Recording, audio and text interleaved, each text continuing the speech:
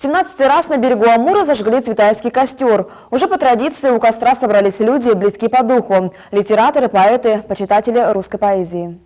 Международная традиция проведения цветайских костров зародилась более 25 лет назад. Каждую осень в честь дня рождения Марины Ивановны Цветаевой по всему миру вспыхивают цветайские костры. Традиция проведения, зародившаяся в Тарусе в 1986 году и распространившаяся почти на все континенты. Сегодня количество цветайских костров трудно назвать. Их организатором в Амурске является почетный гражданин города Александр Андреевич Реутов.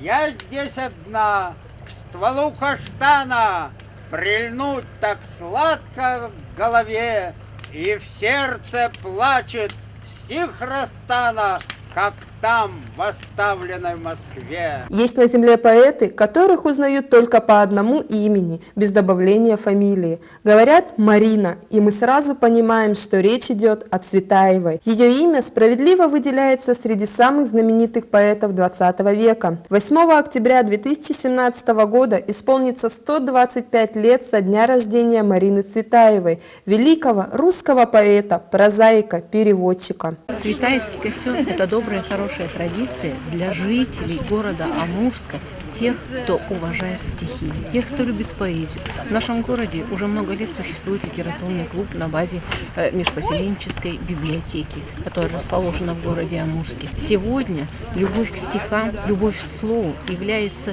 не просто веянием времени, а тем чувством, отношением к родине. Я больше всего люблю и перед собой даже задачу поставила – выучить стихи Марии Цветаевой.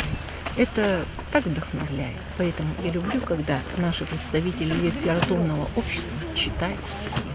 Честь зажечь костер в этом году выпала директору межпоселенческой центральной библиотеки Шиловой Татьяне Эдуардовне и ведущему библиографу Евстифеевой Марине Николаевне. Соприкоснувшись с историей, участники Цветаевского костра читали стихи и говорили о поэзии Марины Цветаевой. Под шум амурских волн учащиеся школы номер 2 прочитали стихи. Цветаевские строки прозвучали и в исполнении сотрудников библиотеки, а также членов литературного клуба. Открылись осени виденье, тайга стоит на загляденье, затронет душу вечный зов, наряд из золота, симфония цветов, рубины ягод, листьев колорит, в воде рябина ветку опустила, словно ярким пламенем горит костер домашнего камина. Под догорающее пламя костра любители поэзии угощались горячим чаем и сладким цветаевским пирогом. В завершении встречи, по традиции, в память о Марине Цветаевой и всех русских поэтах в стремительные воды Амура были опущены осенние цветы.